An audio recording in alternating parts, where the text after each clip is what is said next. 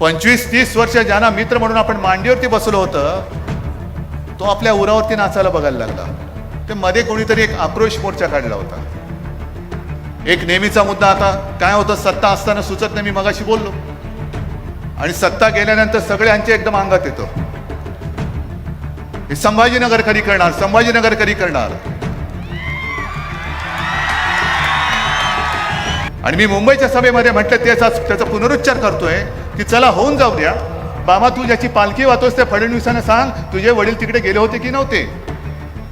खरं खोटं काय ते होऊन जाऊ द्या. एक तर गेले नव्हते तर तसं सांगा, माझे बाबा तिकडे गेले नव्हते, त्यांनी उगाच खोटं सांगितलं. आणि आज मी तुम्हाला जाहीररित्या विचारतोय की ते ज्या भाजपच्या टिनपाट, होय मी मुद्दामून शब्द वापरतो, टिनपाट, जा उगाच कुठेतरी जाऊन ते दुधाचा अभिषेक काय करताय. हनुमान चालीसा नाही पडलं तर हिंदुत्व नाही. अरे हे नामर्दाचं हिंदुत्व आमच्याकडे नाहीये. मर्द असाल. आणि भारतीय जनता पक्ष हे सगळं काही नीट चाललं असताना कुठेतरी कोणाला तरी सुपारी देते, मग कोणाचा तरी भोंगामध्ये वाचतो, कोणाला तरी हनुमान चालीसामध्ये सुटतं, कोणतरी कुठे थडगावती जाऊन डोकं टेकतं. आमचं हिंदुत्व हे गदाधारी आहे. फडणवीसांच्या भाषेमध्ये गदाधारी नाही, कारण गद्यांना आम्ही सोडलेलं आहे. मी येताना एक काही काळ हॉटेलमधल्या टीव्हीवरती सभा बघत होतो, दृश्य बघत होतो, आकाशातून टिपलेली दृश्य. म्हणजे अक्षरशः देव सुद्धा आपली सभा कशी बघत असेल ते दृश्य मी बघून आलेलो आहे. असं हे दृश्य आहे. आणि मग खाली बातम्या चालल्या होत्या की थोड्याच वेळात मुख्यमंत्री सभास्थानी पोहोचणार, मुख्यमंत्र्यांची तोफ धडाडणार, मुख्यमंत्री कोणावर निशाणा साधणार. आता मला प्रश्न असा पडलाय की नेहमी शिवसेना प्रमुख सांगायचे की ढेकणे चिरण्याला तोफेची गरज नसते.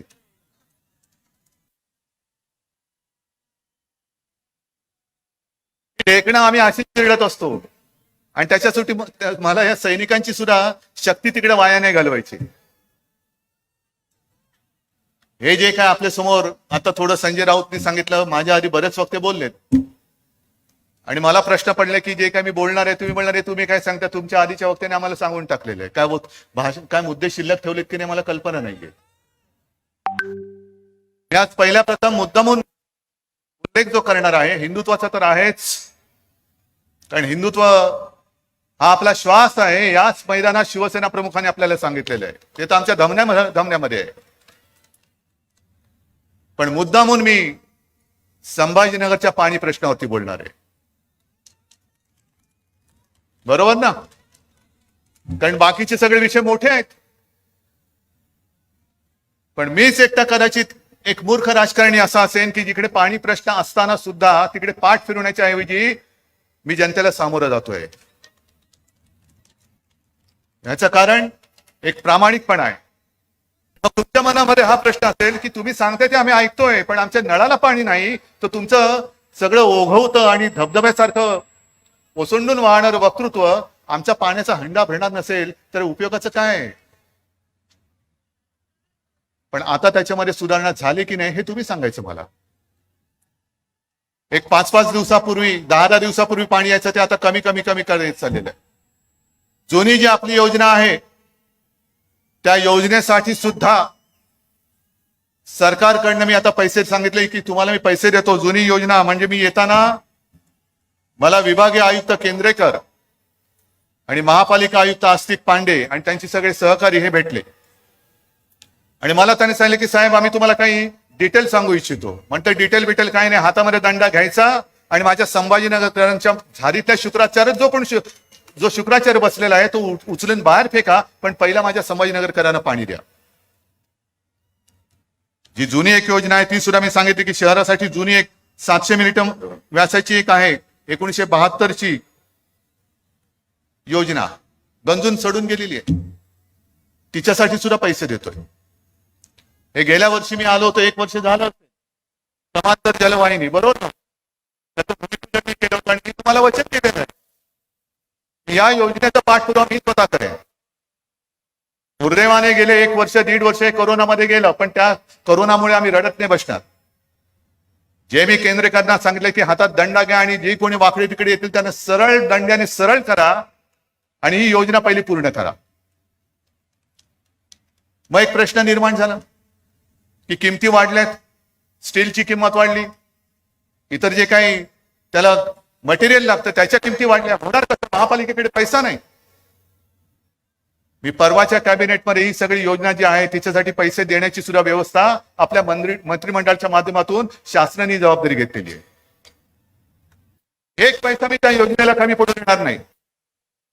आणि एवढं करून जर का कंत्राटदार आड्याला पाय लावून बसला तर मी अधिकाऱ्यांना सांगितले, दया माया क्षमा न दाखवता सरळ पकडायचं आणि आतमध्ये तुरुंगात टाकून द्यायचा. कारण किती वर्ष नुसतं ऐकत बसणार? किती वर्ष आम्ही नुसते तुम्हाला हुलकावण्या देत बसणार? आणि हा जो काय मी निर्णय घेतला, काल सुद्धा वाईल्ड लाईफ बोर्डची मीटिंग घेतली आणि त्या जायकवाडीमध्ये त्या आपल्याला विहिरीसाठी परमिशन लागते वाईल्ड लाईफची, ती आपण राज्याच्या पातळीवरती घेतलेली. आता तो प्रस्ताव केंद्राकडे गेलेला आहे. म्हणजे कुठेही काही आता कमी ठेवलेलं नाहीये. आणि हे निर्णय जे काही मी घेतले, आपल्या सरकारने घेतले, तुमच्या सरकारने घेतले, ते मध्ये कोणीतरी एक आक्रोश मोर्चा काढला होता, जन आक्रोश का जल आक्रोश. त्या आक्रोश मोर्चामुळे नाहीये तो आक्रोश, त्यांची सत्ता गेली म्हणून तो आक्रोश होता. संभाजीनगरकरांच्या पाण्यासाठी नव्हता. कारण जर का पाण्यासाठी तो आक्रोश असता तर आमच्या आधी 5 वर्ष तुम्हीच बसला होता तिकडे, आम्ही तुमच्या सोबत होतो. किती पैसे दिले होते या योजनेला? का नाही त्यावेळेला ही योजना सुरू करू शकलात? का नाही त्यावेळेला तुम्ही तुमच्या हस्ते भूमिपूजन करू शकलात? पण प्रत्येक वेळेला निवडणूक आल्यानंतर काहीतरी तुमच्या तोंडात फेकायचं, निवडणूक जिंकून जायचं आणि जिंकल्यानंतर नुसतं तंगवट ठेवायचं. हे हिंदुत्व शिवसेना प्रमुखांनी आम्हाला शिकवलेलं नाही. खोटं बोलणं हे आमचं हिंदुत्व नाही, कदापि नाही. अनेक काही चांगल्या गोष्टी करतोय. रस्त्याच्या आता सुधारणा होते, रस्त्यासाठी आता निधी दिलेला आहे. एक 3-4 वर्षापूर्वी संभाजीनगरमधले रस्ते कसे होते आणि अजून सगळे झालेले नाहीत. मी असा दावा अजिबात करत नाही की सगळे रस्ते बघा कसे गुळगुळीत झालेले आहेत. नाही, अजिबात नाही. पण रस्त्याच्या कामाला हात घातलेले आणि रस्ते सुद्धा नाही म्हटलं तरी पूर्ण होत चाललेले आहेत. हेच संभाजीनगरकरांनी सांगायचं. रस्ते सुधारत आहेत. त्याच्यानंतर मध्ये येताना मी आता एक दर्शन घेऊन आलो, छत्रपती शिवाजी महाराजांचा तो पुतळा, त्याचं अनावरण झालेलं आहे. चांगला म्युझियम होतो आहे, मोठा ॲक्वेरियम होतो आहे, पर्यटनासाठी जंगल सफारी होते आहे. किती किती गोष्टी सांगायच्या. अगदी मेट्रोची सुद्धा जर का गरज लागली तर मेट्रोसाठी सुद्धा प्लॅन बनवण्याची सुरुवात ही आपण केलेली आहे. पण आपल्याकडे जी मेट्रो बनेल ती मेट्रो शहराचं विद्रुपीकरण करणारे नसेल. घाईघाईत आम्हाला निवडणुका जिंकायच्या आहेत, वाटेल ते करा, शहराची विल्हेवाट लागली तरी चालेल, पण मेट्रो झालीच पाहिजे. हे असं विध्वंसक विकास काम आमच्याकडनं आम्ही कधी केलेलं नाही आणि होऊ देणार नाही. मी जे काही काम आम्ही करू ते शहराची, संभाजीनगराची शान वाढवणारी असेल आणि वाढवणारच काम हे आपलं सरकार केल्याशिवाय राहणार नाही. हे वचन तुम्हाला मी इथे सगळ्यांच्या साक्षीने, संभाजीराजे आणि शिवरायाच्या साक्षीने तुम्हाला मी देतोय. मुद्दे बोलण्यासाठी सारखे बरेच आहेत. एक नेहमीचा मुद्दा आता काय होतं, सत्ता असताना सुचत नाही. मी मगाशी बोललो आणि सत्ता गेल्यानंतर सगळ्यांचे एकदम अंगात येतं, हे संभाजीनगर कधी करणार, संभाजीनगर कधी करणार. हे कोणी सांगायचं आपल्याला? त्यांनी. संभाजीनगर माझ्या वडिलांनी वचन दिलेलं आहे. शिवसेना प्रमुख हिंदू हृदय सम्राट बाळासाहेब ठाकरेंनी दिलेलं वचन आहे. ते मी विसरलेलं नाही, विसरणार नाही, ते केल्याशिवाय राहणार नाही. पण आधी मला जे ओरडतायत, बोंबलतायत, म्हणजे तुम्ही नाही हो, पलीकडचे, की संभाजीनगर कधी करणार, त्यांना मला सांगायचं आहे की जवळपास 1-1.5 वर्ष झालं विधानसभेमध्ये ठराव मंजूर झालेला आहे, कॅबिनेटने मान्यता दिलेली आहे. एक सुरुवात म्हणून माझ्या या संभाजीनगर विमानतळाचं नाव छत्रपती संभाजी महाराज विमानतळ करा असा ठराव आम्ही केंद्राकडे दिलेला आहे. का नाही होत आहे अजून? तुमच्याकडे काही दिलं का झाकून ठेवायचं आणि आम्ही काही नाही केलं तो बोंबलत सुटायचं? हा आक्रोश होऊ शकत नाही. जर तुमच्यामध्ये प्रामाणिकपणा असेल तर या शहराचं नुसतं नामांतर नव्हे, संभाजीनगर मी जेव्हा या शहराचं नामांतर करेन तेव्हा छत्रपती संभाजी महाराजांना आदर्श वाटेल, अभिमान वाटेल असं हे नगर करून दाखवेन. हे सुद्धा वचन मी तुम्हाला देतोय. नाही तर नाव बदलायला काय आता मी बदलू शकतो, पण नाव बदललं आणि तुम्हाला पाणी नाही दिलं, नाव बदललं आणि खड्ड्याचे रस्ते दिले, नाव बदललं आणि रोजीरोटी नसेल, तर संभाजी महाराज सुद्धा म्हणतील की अरे चल एकदा रायगडावरती टकमक तोक तुला दाखवतो. नाही, नावाला सार्थ असं माझं शहर असलं पाहिजे. आणि म्हणून पहिल्या प्रथम तुमच्याकडे जो म्हणजे त्यांच्याकडे जो दिल्ली दरबारी दिलेला आहे विमानतळाचं नाव बदली करण्याचा प्रस्ताव, जा बसा तिकडे आक्रोश करा की आमच्या राज्याच्या विधानसभेमध्ये एकमुखी एकमताने हा ठराव मंजूर झालेला आहे की चिकलठाणा विमानतळाचं नाव छत्रपती संभाजी महाराज विमानतळ करायचं आहे, तो पहिला मंजूर करून आणा. चला आम्ही तुमचा सत्कार करतो, आम्ही तुमचा सत्कार करतो. पाण्याचा प्रश्न आहे, संजय राऊत यांनी उल्लेख केला. महागाई वाढते आहे, रुपया रोज खाली गडगडत चाललेला आहे. जरा एक मिनिट थोडंसं मला बोलू दे, मग तुम्ही बोला. रुपया खाली घसरत चाललेला आहे, पण आम्हाला चिंता कसली आहे? कोणत्या मशिदी खाली शिवलिंग आहे? ताजमहालच्या खाली काय? ज्ञानव्यापी मंदिराच्या मशिदीच्या खाली काय? बरं, आमचं हिंदुत्व मोजणारे तुम्ही कोण? तुम्हाला कोणी दिली मोजपट्टी हिंदुत्व मोजायची आमच्या? आणि असं आम्ही नेमकं काय केले की आम्ही हिंदुत्व सोडले असं बोंबलत सुटलेत? आणि मी मुंबईच्या सभेमध्ये म्हटलं त्याचा पुनरुच्चार करतोय की चला होऊन जाऊ द्या. शिवसेनेने हिंदुत्वासाठी आजपर्यंत काय केलेलं आहे आणि भारतीय जनता पक्षाने आजपर्यंत हिंदुत्वासाठी काय केले, एकदा खुल्या मंचावरती होऊन जाऊ द्या. आम्ही सांगतो आम्ही हे केलं, तुम्ही सांगायचं आम्ही हे केलं. अहो साधी गोष्ट आहे. एक तर बाबरी मशीद पाडल्यानंतर यांची पळापळ झाली होती, तुम्हाला सगळ्यांना माहिती आहे. आता देवेंद्र फडणवीस सांगतायत की मी तिथे गेलो होतो, त्याच्याबद्दल सुद्धा मी गेल्या सभेत बोललोय. शिवसेना तिकडे नव्हती. मग ज्या संभाजीनगरमध्ये मी इकडे आलेलो आहे त्या संभाजीनगरकरांना विचारा की आपले मोरेश्वर सावे आणि त्यांच्यासोबत शिवसैनिक बाबरीच्या इथे पाडायला गेले होते की नव्हते? मोरेश्वर सावे आपले महापौर होते, खासदार होते, बाकीचे सगळे तमाम शिवसैनिक तिकडे गेले होते. आणि फडणवीसजी सावे गेले नसतील तिकडे तर तुमच्याकडे आलेले त्यांचे चिरंजीव जे आमदार झालेत त्यांनी सांगावं माझे बाबा गेले नव्हते.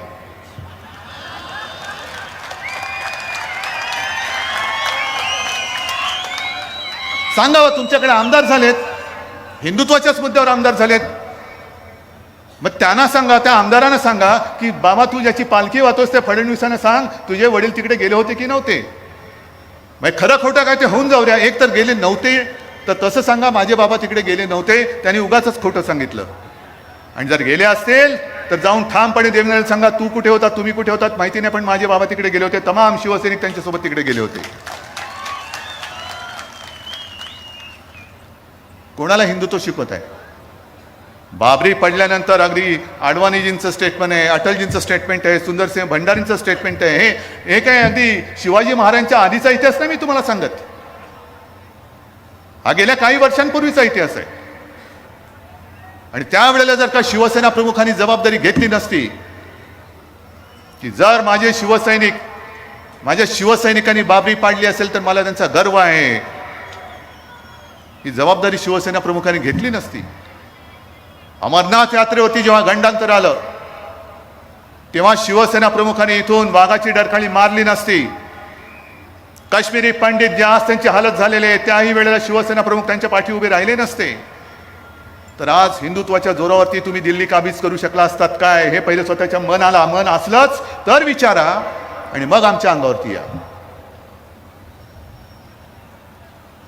हिंदुत्वाचे धडे तुमच्याकडनं आम्ही घेण्या एवढे पोकळ हिंदुत्ववादी नाही. हे मी मुद्दामून काही बातमी घेऊन आलेलो आहे. ही काश्मीरी पंडितांचा आक्रोश, पुन्हा त्यांनी घर सोडले, काय गुन्हा काय त्यांचा? आपल्या हिंदुस्थानामध्ये पुन्हा एकदा तीच वेळ येते की काय काश्मीरमध्ये नव्हे, ती आलेली आहे.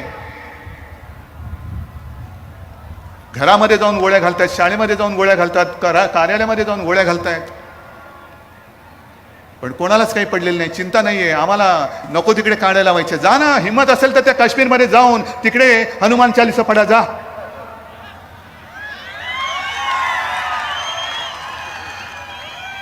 जा उगाच कुठेतरी जाऊन ते दुधाचा अभिषेक काय करताय, हनुमान चालीसा नाही पडलं तर हिंदुत्व नाही. अरे हे नामर्दाचं हिंदुत्व आमच्याकडे नाहीये. मर्द असाल तर काश्मीरी पंडितांची पहिली रक्षा करा. जा तिकडे, हिंमत असेल तर तिकडे जा. आणि मी वारंवार सांगितलेले, ही शिवसेना म्हणे शिवसेना प्रमुखांची नाहीये. मग कोणाची? मी उद्धव ठाकरे म्हणून शून्य आहे. मध्ये बाळासाहेब हे नाव आहे म्हणून मी तुमच्या समोर आहे. उद्धव बाळासाहेब ठाकरे म्हणून तुम्ही माझ्यावरती प्रेम करता, म्हणून तुम्ही एवढे सगळे जण आज ही सभा माझे विचार ऐकायला तुम्ही आलात. उद्धव ठाकरे हा शूद्र आहे, पण त्या बाळासाहेबांनी जे आम्हाला हिंदुत्व शिकवलेलं आहे ते बरोबर आहे. त्याच्यावरनं आंदोलन सुरू झालं. आता काय सांगितलं बाळासाहेबांनी? मला देवळात घंटा बडवणारा हिंदू नकोय, मला अतिरेक्यांना बडवणारा हिंदू पाहिजे. मग आज जे काय तुम्ही बसलेत, मला आठवते बाबरी मशिदीचं जेव्हा संपूर्ण ते आंदोलन चाललं होतं त्यावेळेला घोषणा काय होत्या? जो हिंदू हित की बात करेगा वही देश पर राज करेगा. करताय ना तुम्ही? तुमच्या मते हिंदू हिताची बात करताय ना, राज तर करताय. हिंदू हिताची बात कुठे आहे? काय हिंदूंचं हित तुम्ही साधताय? बाबरी तुम्ही नाही पाडलीत, ती कोणी पाडली माहिती नाही. बाबरी बांधण्याचा निर्णय हा शिवसेना ओरडून सांगत होती की विशेष कायदा करा आणि तिकडे राम मंदिर बांधा. नाही धाडस केलं तुम्ही, कोर्टातनं तो आदेश आला म्हणून ते राम मंदिर उभं राहतंय. आणि मग जनतेकडे झोळ्या पसरून पसरून पसरून पैसे मागून ते राम मंदिर उभं राहतंय. मग तुमचा हिंदुत्वासाठी नेमकी तुमची भूमिका तरी काय, कर्तृत्व तरी काय? मधल्या त्या सभेमध्ये मी जे बोललो, हो बोललोच मी. याचं कारण हिंदुत्व. आज सुद्धा मी येताना होर्डिंग्स बघितली, हिंदुत्वाचा हुंकार ऐकायला या. काय हिंदुत्वाचा हुंकार म्हणजे काय नेमकं आहे? हिंदुत्व म्हणजे नेमकं काय? आमचं हिंदुत्व हे राष्ट्रीयत्व आहे, हे राष्ट्रीयत्व आहे. आणि आज जे काय घडतंय, आज जे काय झालेलं आहे, भारतीय जनता पक्षाने पहिले त्यांचे जे बेलगाम सुटलेले प्रवक्ते आहेत त्यांच्या डोक्यात जर का मेंदू असेल, त्या मेंदूमध्ये काहीतरी अक्कल घातली पाहिजे पहिली. काय वाटेल ते बोलतायत, विरोधी पक्षाच्या नेत्यावरती बोलतायत. अजूनही माझा एक सुद्धा प्रवक्ता त्या भाषेमध्ये बोललेला नाही, पण बोलणारच नाही अशी आशा करू नका. जर तुम्ही आमच्यावरती वेळी वाकडी टीका केली तर कदाचित उद्या आमचा संयम तुटला तर तुमच्याच भाषेत, तुमच्याच शब्दात, तुमच्या नेत्यांवरती सुद्धा आमचे प्रवक्ते टीका केल्याशिवाय राहणार नाही, नव्हे प्रत्येक शिवसैनिक केल्याशिवाय राहणार नाही. पण आपण असं मानतो नव्हे, ते आहेच की महाराष्ट्र ही साधू संतांची भूमिका आहे. काहीतरी संस्कार, हा जो भगवा आहे तो नुसता काहीतरी फडकायला बरं म्हणून घेतलेला नाही, तो म्हणून शिवरायांनी आणि शिवसेना प्रमुखांनी आमच्या हातात नाही दिला. हा वारकऱ्यांचा भगवा आहे, हा छत्रपतींचा भगवा आहे, हा होय हा हिंदूंचा आणि हिंदुत्वाचा भगवा आहे. आणि त्या भगव्या पाठी जे काही विचार आहेत, जे संस्कार आहेत, ते जर का आमच्या धमन्यांमध्ये भिनणार नसतील तर नुसता भगवा फडकून काही उपयोग नाही. म्हणजे इकडे हनुमान चालीसा बोलायचं आणि तिकडे जाऊन पलीकडे जाऊन शिव्या द्यायच्या, हे हिंदुत्व नाहीये. पण आज ते जे प्रवक्ते बेलगाम बोलत सुटलेले आहेत, पहिली गोष्ट मला एकाने सांगायचं की इतकी वर्ष शिवसेना प्रमुखांचे तुम्ही विचार ऐकत आलात. आपल्यापैकी काही जण त्याही वेळेला होते, आजही आहेत, व्यासपीठावरती आहेत. कधीही शिवसेना प्रमुखांनी इस्लाम किंवा मुसलमानाचा मुसलमान म्हणून द्वेष करा, त्याला तोडा फोडा झोडा, हे आपल्याला सांगितले कधी? सांगूच शकत नाही. कारण शिवाजी महाराज की जय म्हटल्यानंतर जय छत्रपती शिवाजी महाराज, कुराण सापडल्यानंतर सुद्धा त्याचा मान ठेवत होते. ते संस्कार आमच्यावरती झालेले आहेत. आम्ही दुसऱ्या धर्माचा द्वेष करत नाही. अनेकदा शिवसेना प्रमुखांनी सांगितलेलं आहे की प्रत्येकाने आपला धर्म हा आपल्या घरात ठेवायचा आणि घराबाहेर जेव्हा आपण पाऊल टाकतो तेव्हा हा देश हाच माझा धर्म हे समजून बाहेर पाऊल टाकायचं. पण दुर्दैवाने म्हणा किंवा नाईलाजाने म्हणा, आम्ही ही भूमिका घेऊन बाहेर पडल्यानंतर जर कोणी त्याच्या धर्माचा वेळ घेऊन आमच्या अंगावरती आला तर मात्र आम्ही या देशातले कडवट हिंदू म्हणून, देशाभिमानी हिंदू म्हणून त्याच्या अंगावर गेल्याशिवाय राहणार नाही. पण आज एका भाजपच्या कोणत्या तरी प्रवक्त्याने त्या प्रेषिताचा अपमान केला. काय संबंध, काय तुमचा संबंध काय? आपल्या देवदेवतांचा अपमान कोणी करायचा नाही, तसंच त्यांच्याही करण्याची तुम्हाला काही गरज नाहीये. पण तो अपमान केल्यानंतर सगळे मिडल ईस्ट, अरब देश एकत्र झाले आणि त्यांनी आपल्या देशाला गुडघ्यावरती आणलं. माफी मागायला लावली. पंतप्रधान होय, राजकारणात वेगळं, राजकीय मतभेद असतील, मतभिन्नता असतील, नव्हे ते आहे, पण शेवटी माझ्या देशाचे पंतप्रधान आहेत, आपल्या देशाचे पंतप्रधान आहेत. त्यांचा फोटो कचरा कुंडीवरती लावला जातो आणि हे आम्ही नुसतं बघत बसायचं. कोणामुळे ही परिस्थिती आली? भारताने माफी मागायची, आपल्या हिंदुस्थानने माफी मागायची. काय देशाने काय केलंय? गुन्हा केलाय तो भाजपाने केलेला आहे, गुन्हा केलाय तो भाजपाच्या तीनपाट प्रवक्त्यांनी केलेला आहे. भाजपचा प्रवक्ता म्हणजे देशाचा प्रवक्ता होऊ शकत नाही. भाजपची भूमिका ही देशाची भूमिका होऊ शकत नाही. तुम्ही तुमच्या भूमिकेने जा पुढे. जनता पसरलेली इकडे, जनतेवरती न्याय निवडा सोपवा. तुम्हाला काय निवडायचं ते निवडा. आणि आज मी तुम्हाला जाहीररित्या विचारतोय की ते ज्या भाजपच्या टीनपाट, होय मी मुद्दामून शब्द वापरतो, टीनपाट प्रवक्त्यामुळे आपल्या देशावरती नामुष्की उडवलेली आहे, हे तुम्हाला मान्य आहे का? हे तुम्हाला मान्य आहे? आपल्या देशाच्या पंतप्रधानांचा फोटो कचरा कुंडीवरती लावण्यात आला या एका व्यक्तीमुळे, हे तुम्हाला पटतंय? या अशा पद्धतीने तुम्ही जाणार असाल आणि तुमच्या मागे आम्ही फरफटत यावं, ही तुमची जर का भूमिका असेल तर सोडून द्या. हे कदापि होणं शक्य नाहीये. मी राष्ट्रीय स्वयंसेवक संघाबद्दल जे बोलत होतो की गेल्या सभेमध्ये मी बोललो की भारतीय जनता पक्षाने मध्ये एक सभा घेतली होती आणि सभेमध्ये सगळे भगवे टोप्या घालून आले होते. भगव्या टोप्या कशाला? आम्ही हिंदू आहोत. का रे, तुझ्या वागणुकीत कळत नाही तू हिंदू आहेस का? भगवी टोपी घालून काय नमाज पडतोस की काय? भगवी टोपी घातली म्हणजे हिंदू होत नाही. टोपीमध्ये हिंदुत्व नसतं, डोक्यामध्ये हिंदुत्व असतं. आणि जर भगव्या टोपीत हिंदुत्व असेल तर संघ काळी टोपी का घालते? लोकांनी म्हटलं तुम्ही संघावरती का टीका केली? म्हटलं मी संघावरती टीका नाही केली, पण संघ त्यांची मातृसंस्था आहे. त्यांनी बघा ना आपल्या कार्टिकाची वायच झाली. ती जे काय तुम्ही शिकवत आहात ते तुमची कार्टी समजून घेत नसतील आणि वाह्यातासारखं वागत असतील तर कानाखाली वाजवायची की नाही हा अधिकार त्यांच्या मातृसंस्थेला आहे. आणि आज सुद्धा मोहन भागवतांनी जी एक भूमिका घेतलेली आहे, खरोखर चांगली भूमिका आहे की प्रत्येक मशिदीखाली शिवलिंग शोधण्याची गरज नाही. इतिहास कोणी पुसू शकत नाही. बरं वाटलं का? बरं वाटलं की आता आपण एका नाजूक परिस्थितीतून चाललेलो आहोत. करोनाने तर सगळा हाहाकार केलेलाच आहे. पुन्हा डोकं वर काढतोय की काय अशी भीती आहे. पण अर्थ गाडं जे आपलं रुळावरनं घसरलेलं आहे, नोकऱ्या गेलेल्या आहेत, शिक्षणाचा बट्ट्याबोळ झालेला आहेत, कारण लॉकडाऊन होता. पर्याय काय होता दुसरा? गुंतवणूकदार येत आहेत. आता सुद्धा मी अभिमानाने सांगेन, सुभाष देसाईजींनी सांगितलं असेल, गेल्या आठवड्यात जे गेले होते डावोसला, दुसऱ्या कोणत्याही राज्याच्या पवेलियन समोर नव्हती एवढी गर्दी आपल्या महाराष्ट्राच्या पवेलियनमध्ये होती. ऊर्जा आणि उद्योग या दोन खात्यांनी मिळून 80,000 कोटीचे सामंजस्य करार केलेले आहेत. गेल्या 2 वर्षात काही लाख कोटीचे सामंजस्य करार जे आपण केलेले आहेत, त्यातले बरेचसे सामंजस्य करार हे कागदावरून आता जमिनीवरती उतरायला लागलेले आहेत. मग रोजीरोटी द्यायला पाहिजे, शिक्षण द्यायला पाहिजे. पंतप्रधान जे बोलले, पंतप्रधानांनी सुद्धा चांगलं सांगितलं.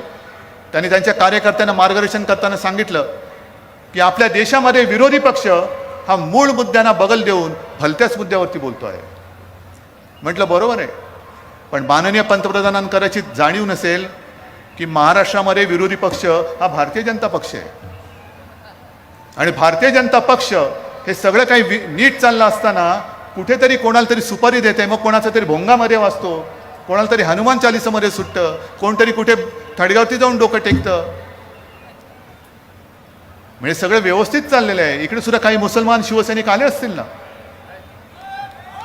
आले असतील. आहात ना रे इकडे? का तुम्ही शिवसेनेत? का तुम्हाला माहित नाही हिंदुत्ववादी शिवसेना आहे? पण त्यांना कळलेलं आहे की हिंदुत्व शिवसेनेचं कसं आहे. जो एक उल्लेख मी 2-3 वर्षापूर्वीच्या दसरा मेळाव्यात केला होता, ते मुद्दामून सांगतो. हिंदुत्व शिवसेनेचं कसं आहे हे पुन्हा एकदा सांगतो. जास्त पाठी जाण्याची गरज नाही. आज जे काश्मीरमध्ये चाललेलं आहे, प्रत्येक काश्मीरी पंडिताची टिपून टिपून हत्या होते आहे. असाच एक सैनिक होता.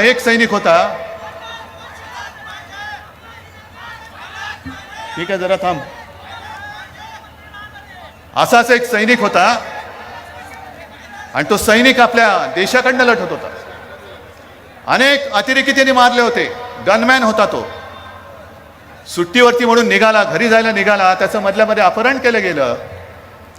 अपहरण केल्यानंतर शोधाशोध सुरू झाली आणि मग एके दिवशी छिन्न विछिन्न झालेला, हाल करून मारलेला त्याचा मृतदेह हा लष्कराला सापडला. कोण होता तो सैनिक? नाव माहिती आहे त्याचं नाव होतं औरंगजेब, जो आपल्या देशासाठी शहीद झाला.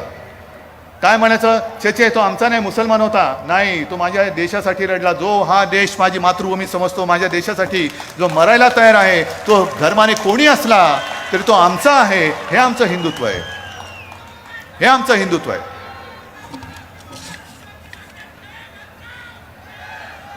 आणि हे असं हिंदुत्व आम्ही घेऊन पुढे जात असताना जी कामं आपण केलेली आहेत, इकडे बसलेत संभाजीनगरचे आहेत, मराठवाड्याचे आमदार आहेत, सगळे नेते आहेत. जी विकास कामं आपण करतो आहोत, मुंबई ते नागपूर हिंदू हृदय सम्राट शिवसेना प्रमुख बाळासाहेब ठाकरे समृद्धी महामार्ग हा येत्या काही दिवसात बराचसा या संभाजीनगरपर्यंत पूर्ण होईल. पण मुद्दामून तुम्हाला सांगतो की ह्या महामार्गाचा आणखीन एक वळसा आपण जालनापासून नांदेडपर्यंत नेतो आहोत. सगळे जोडतो, सगळे जवळ या. परभणी आणि धाराशिव किती वर्षापासून वैद्यकीय महाविद्यालयाची मागणी होती ओमराजे? 93 पासून तिला मान्यता दिलेली आहे. घृष्णेश्वर मंदिर आहे, त्याचा सभामंडप नवीन करतो आहे. एवढंच नाही तर हळूहळू जसं जमत जाईल तसं आपल्या राज्यातल्या प्रत्येक पुरातन मंदिराचं संवर्धन करण्याचं महाविकास आघाडीच्या सरकारने ठरवलेलं आहे. गडकिल्ल्यांचं जतन करतोय, त्यांचं संवर्धन करतोय. संभाजीनगरमध्ये आपण संत विद्यापीठ त्याची सुरुवात झालेली आहे, त्याचा अभ्यासक्रम ठरतोय. काय हे हिंदुत्व नाहीये? हे सगळे जे काय आम्ही करतोय, मंदिरांचं जतन करतोय, गडकिल्ल्यांचं जतन करतोय, संत विद्यापीठ, कधीतरी तुमच्या डोळक्यामध्ये असं विद्यापीठ स्थापन करण्याची कल्पना शिवली तरी होती? आज संत विद्यापीठ उभं राहत आहे, महाविद्यालय उभी राहत आहेत, नोकऱ्यांसाठी गुंतवणूकदार येत आहेत, महाराष्ट्र पुढे चाललेला आहे. पण हे बघवत नाहीये. कारण हे असंच जर का सुरू राहिलं तर 2.5 वर्ष तर अशीच झाली. तुमच्या सगळ्यांच्या आशीर्वादाने सरकारला 2.5 वर्ष झाली, विश्वास नाही बसत. रोज ज्यांच्या स्वप्नामध्ये उद्या सरकार पडणार, परवा सरकार पडणार आणि सरकार पडल्यानंतर मीच पुन्हा येणार, हे जे होतं त्यांना ते चिमटे काढून बघतायत की अरे 2.5 वर्ष झाली, ज्याला प्रशासनाचा काडीचा अनुभव नव्हता असा माणूस हा मुख्यमंत्री म्हणून बसलाय आणि बिनबोभाट नाही तर विकासाच्या दिशेने पुढे सरकवणारी, महाराष्ट्राला पुढे नेणारी ही 2.5 वर्ष झालेली आहे. पण मला तुम्हाला सगळ्यांना त्याच्यासाठी खास धन्यवाद द्यायचा आहे. कारण ही वाटचाल ही सोपी नव्हती आणि पुढची वाटचाल सुद्धा सोपी नाहीये. पण केवळ आणि केवळ तुमचं प्रेम, तुमचा आशीर्वाद आणि त्याहीपेक्षा मोठा तुमचा विश्वास. नाहीतर महाराष्ट्राचं मुख्यमंत्रीपद सांभाळणं, तेही काँग्रेस आणि राष्ट्रवादी सोबत, म्हणजे इतके वर्ष ज्यांच्या बरोबर आपण लढत होतो. आणि हे मी मागे सांगितलेले 25-30 वर्ष ज्यांना मित्र म्हणून आपण मांडीवरती बसलो होतं, तो आपल्या उरावरती नाचायला बघायला लागला. आणि ज्यांच्याबरोबर भांडत होतो त्यांनी आपल्याला मान सन्मान देऊन सरकारमध्ये महाराष्ट्राचा विकास करून घेण्याची आणि देण्याची ही संधी आणि साथ दिलेली आहे. म्हणजे जो मित्र होता तो एवढा हाडवैरी झालेला आहे आणि जे वैरी होते ते मित्र झालेले आहेत. मला नेमकं हेच कळत नाही की भारतीय जनता पक्ष जेव्हा, म्हणजे हे तर आपल्याला सर्वांना कल्पना आहे की एक जमाना असा होता की देशाच्या संपूर्ण कानाकोपऱ्यामध्ये शिवसेना आणि भारतीय जनता पक्ष हे राजकारणामध्ये अस्पृश्य होते. अस्पृश्य कोणी जवळ यायला तयार नव्हते. का? तुम्ही हिंदुत्ववादी आहात, तुम्ही हिंदुत्ववादी आहात. मुख्यमंत्रीपद, पंतप्रधानपद, साधं महापौरपद मिळालं तरी आपल्याला काय बाजी मारल्यासारखं वाटत होतं, कारण हिंदुत्वाच्या वरती आधारावरती जिंकलेली ती निवडणूक असायची. पण 25-30 वर्ष कठीण काळ होता तेव्हा तुम्ही आमचा उपयोग करून घेतलात. आणि जेव्हा तुमच्या स्वतःचं सरकार आल्यानंतर हीच शिवसेना प्रमुखांची शिवसेना, ज्या शिवसेना प्रमुखांनी तुमच्या नेत्यांना सुद्धा संकटातून वाचवलेलं आहे, ती शिवसेना तुमच्या डोळ्यात खुपायला लागली. ही शिवसेना एकदम तुमची वैरी म्हणून दिसायला लागली. मग काढा ना, जेवढे जेवढे तुमचे सहकारी तुम्ही सरकार स्थापन केल्यानंतर आले. अटलजी होते तेव्हा तर 25-30 होते, आता सुद्धा 28-30 होते. राहिले किती बघा. नितीश कुमार असेल, रामविलास होते, चंद्रबाबू होते. यांच्यापैकी किती लोक हिंदुत्वाच्या विचारासाठी म्हणून तुमच्या सोबत आले होते आणि खुर्ची मिळवण्यासाठी म्हणून किती आले होते, हा तुम्ही आराखडा मांडा. मग आज जो काही तुम्ही प्रकार चालवले आहात की इतकी वर्ष ज्यांनी तुम्हाला जपलं, जोपासलं, मोठं केलं, अगदी संभाजीनगरमध्ये सुद्धा मी दाखला देईन की एक दिवस मला आठवतंय गोपीनाथ मुंडे घरी आले होते, शिवसेना प्रमुखांसोबत बोलत होते आणि बोलता बोलता गोपीनाथजींनी सांगितले की बाळासाहेब यावेळेला महापौरपद आम्हाला द्या. एका क्षणाचाही उशीर न लावता बाळासाहेबांनी सांगितलं ठीक आहे यावर्षी भाजपचा महापौर. बाळासाहेब कधी कागदावरती आकडेमोड करत नव्हते. नाही नाही नाही नाही तुझे नगरसेवक किती, माझे नगरसेवक किती, ह्याचे नगरसेवक किती, मतदान करणार, अपक्ष काय करणार. शिवसेना प्रमुखाने एका क्षणात सांगितलं कोण महापौर झाले तेव्हा ते तुम्ही सांगाल. भागवत कराड वरती गेलेत.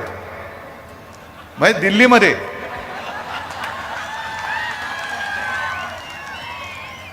गेलेत मंत्री म्हणून गेलेत की नाही. हा मग असं सांगा ना, लोकांचा गैरसमज नका करू.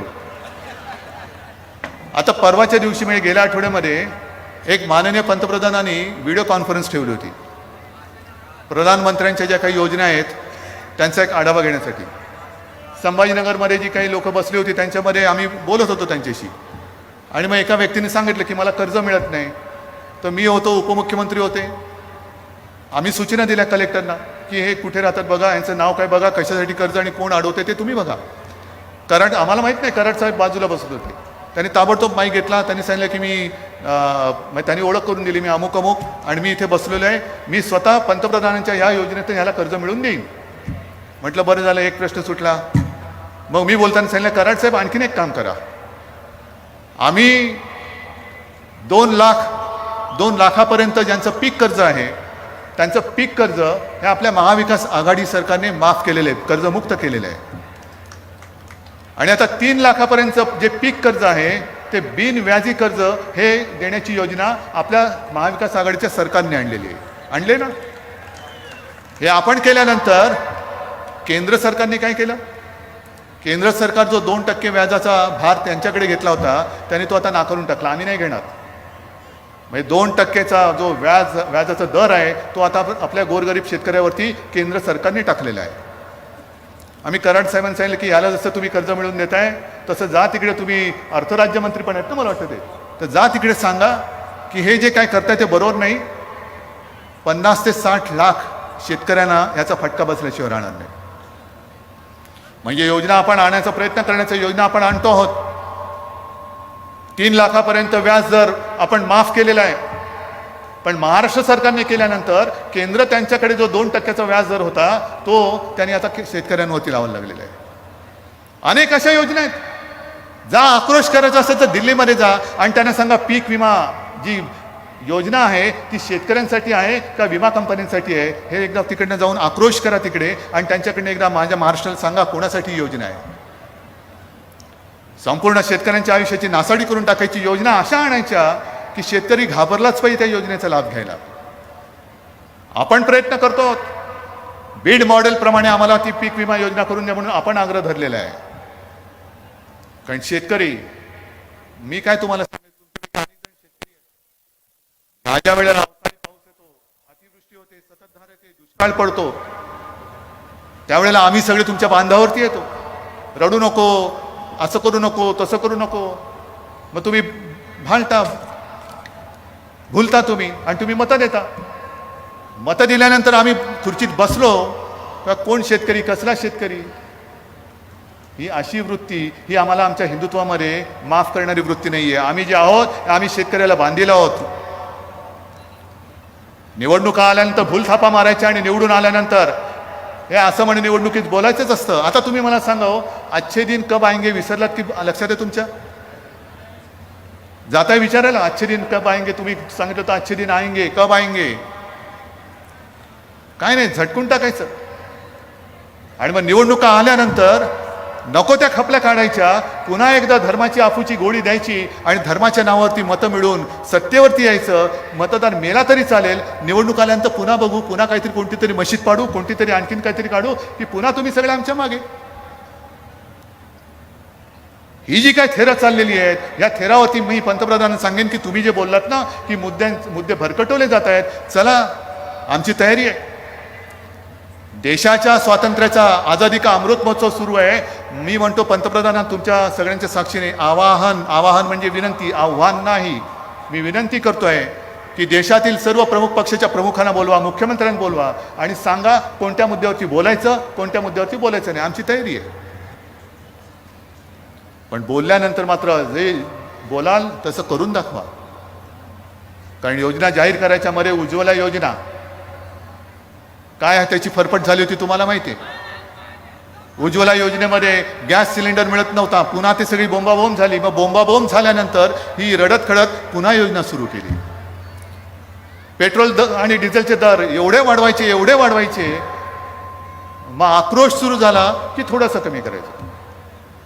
मला आठवते मागे एक राजेश खन्नाचा पिक्चर होता, बहुतेक त्याचं नाव आज का MLA असेल माहिती नाही मला, पण तो असेल. राजेश खन्ना मुख्यमंत्री म्हणून दाखवलं आहे आणि राजेश खन्ना म्हणजे मुख्यमंत्री बसलेत आणि बाहेर काहीतरी गडबड होते. मग राजेश खन्ना ते मुख्यमंत्री विचारतात क्या चल रहा है, कौन है उधर. मग त्यांचा सेक्रेटरी येऊन सांगतो नाही साहब वो शहर के व्यापारी मिलना चाहते. अच्छा बुलाओ उनको. व्यापारी म्हटलं तर बोलावं लवकर. क्या चाहिए, क्या चाहते. नाही अमुक ह्याचे भाव आम्हाला वाढवून पाहिजेत. किती पाहिजेत. नाही आम्हाला 25 रुपये आहेत, ते 50 रुपये करून पाहिजेत. तर ते सचिवाकडे बघतात, तर साहब ऐसे करेंगे तो लोग तो रस्ते पे उतर कराएंगे, 25 का 50 कैसे चलेगा. अरे कुछ नहीं 100 रुपया कर दो. सगळे गार होतात, व्यापारी पण उठतात, सेक्रेटरी उठतात. असं कसं. अहो 25चं 50 केलं तरच लोक रस्त्यावरती उतरणार आहेत, तर तुम्ही 50चं 100 करताय. लोक रस्त्यावरती येतील, काय सांगायचं त्यांना. चलो मुझे पता है लोग रस्ते पे आएंगे, आने दो. फिर मुझे मिलने आएंगे, आने दो. फिर मैं आपको बुलाऊंगा. फिर लोग बोलेंगे ये 25 रुपये का दाम इन्होंने 100 रुपया किया, तो मैं कहूंगा कि 100 रुपया नहीं चलेगा, आप 50 कर दो. काय कळलं तुम्हाला. म्हणजे जेवढे तुम्हाला पाहिजे तेवढे मी देतो, पण त्याचे डबल करा. म्हणजे मग ते सगळे बोंबाबोंब झाली का मी अर्धे केल्यासारखं दाखवीन. म्हणजे मुख्यमंत्र्यांनी भाव अर्धे केले, म्हणजे तुम्ही खुश, व्यापारी खुश, आम्ही खुश. पण मी तसं करणार नाहीये. मी पेट्रोल डिझेलचे दर कमी करणार वगैरे ह्या सगळ्या गोष्टी आहेत त्या वेगळ्या आहेत. पण आपल्या सरकारने संभाजीनगरच्या पाणीपट्टीचे दर कमी केलेत, हे तुम्हाला माहिती आहे का. येत्या 15 दिवसात त्याची अंमलबजावणी सुरू होईल. झाले ना. तुमचा गुंठेवारीचा प्रश्न सुटला की नाही सुटला.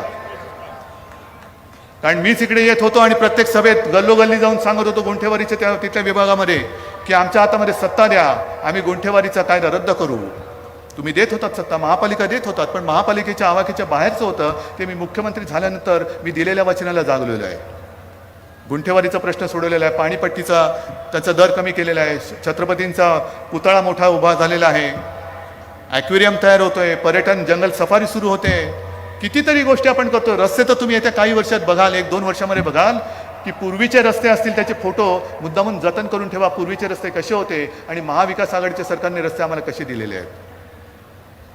हे सगळं चहूबाजूने विकासाचं काम होतंय. मधल्या काळामध्ये देसाई साहेबांसोबत मी ऑरिक सिटीला गेलो होतो.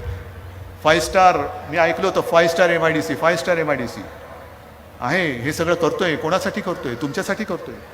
गुंतवणूकदारांबरोबर करार करतोय का, तर माझ्या महाराष्ट्रातल्या मुलींना नोकरीसाठी घर सोडून इतर राज्यात वणवण फिरण्याची वेळ येऊ द्यायची नाही. हे ठरवून आम्ही काम करतो आहोत. हे ठरवून काम करतो आहोत. अनेक गुंतवणूकदार येत आहेत, पण ते येऊ नये म्हणून भारतीय जनता पक्षाचा जो आक्रोश चाललेला आहे, महाराष्ट्रामध्ये वाट लागलेली आहे, कायदा सुव्यवस्था मेलेली आहे, रोज काही ना काहीतरी होतं आहे. मध्ये त्यांनी काय काढलेलं की अफू गांजाचं पेव फुटलेलं आहे. आणि मग हे कमी पडते कारण सरकार पडत नाही. मग कोणाच्या मागे ED लाव, कोणाच्या मागे CBI लावा, जरूर लावा. पण इकडे ED आणि CBI लावण्यापेक्षा काश्मीरमध्ये जे पंडितांना गोळ्या घालतात त्यांच्या तिकडे त्या धाडी टाका ना जरा. ED आणि CBIच्या धाडी तिकडे टाका. हिंमत असेल तर त्या अधिकाऱ्यांनी तिकडे जाऊन दाखवावं. जा तिकडे. पण संताप कुठे येतो, चीड कुठे येते की काश्मीरमध्ये जे पंडित भयभीत होऊन आता एकत्र होत आहेत आणि घर सोडतायत, कोणी एक मायेचा पूत त्यांच्या बाजूने बोलायला तयार नाही. सगळे प्रवक्ते तोंडात बोळे कोंबून हे गप्प बसलेले आहेत. एका तरी प्रवक्त्याने भाजपच्या या विषयावरती कधीतरी दातखिळी उचकटली त्याची. मग शिवसेना प्रमुखांचा पुत्र होय महाराष्ट्राचा मुख्यमंत्री म्हणून मी त्यांना सांगितलेलं आहे, तुम्हाला जे जे लागेल, जे जे आम्हाला करता येणे शक्य आहे ते आम्ही तुमच्यासाठी केल्याशिवाय राहणार नाही. हे माझं वचन आहे तुम्हाला. कोण आहेत ही लोक? काय पाकिस्तानातून येत आहे?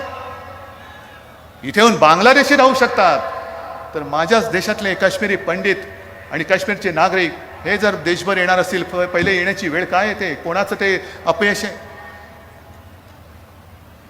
हेच जर का केंद्रामध्ये दुसऱ्या कोणाचं सरकार असतं आणि भारतीय जनता पक्ष विरोधी पक्षात असता, तर भारतीय जनता पक्षाने काय केलं असतं?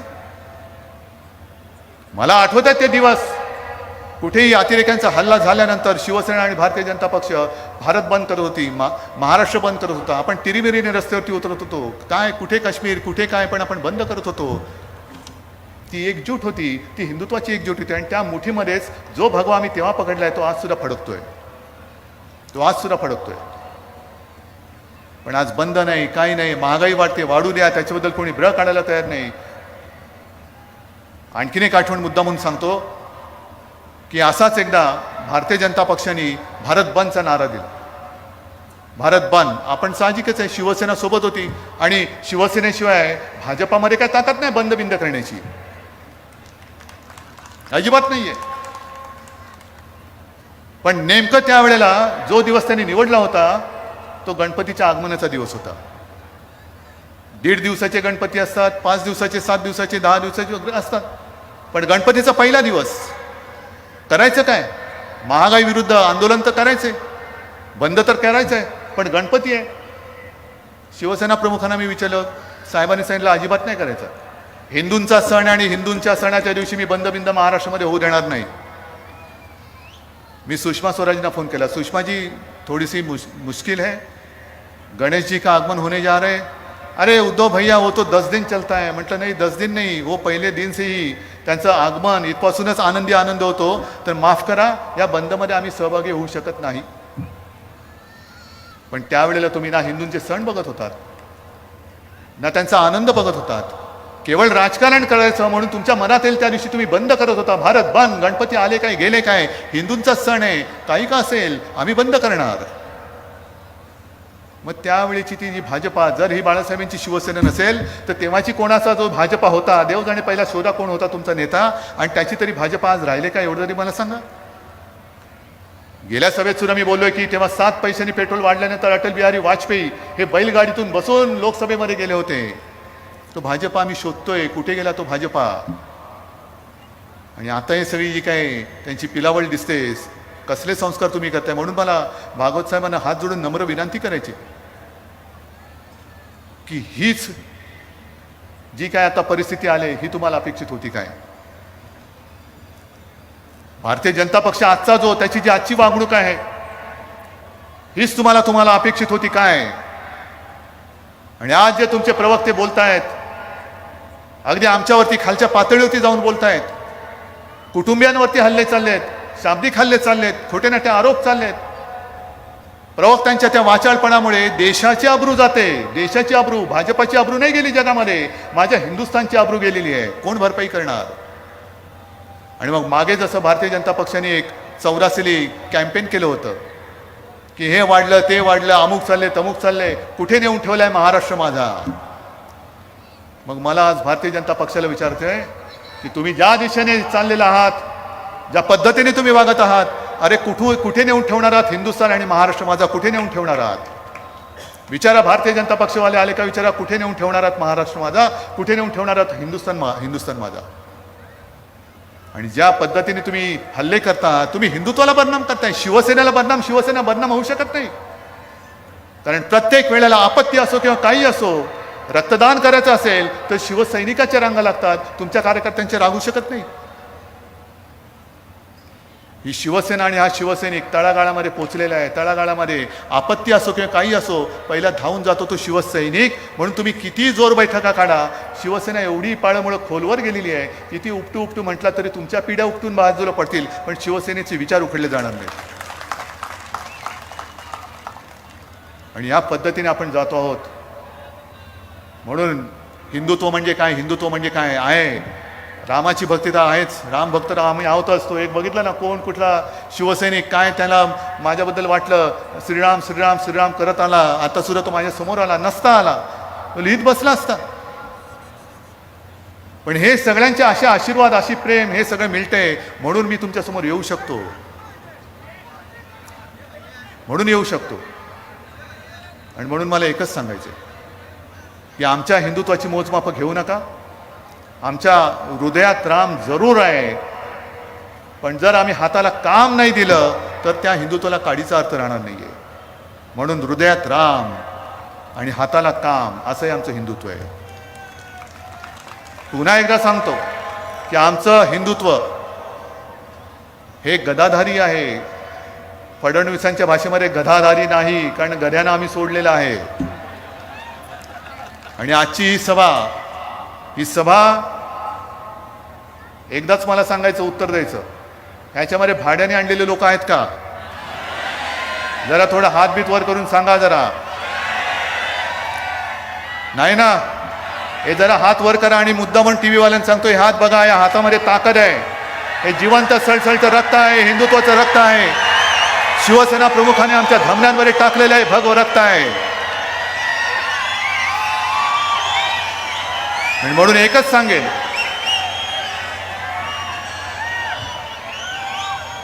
सांगेन,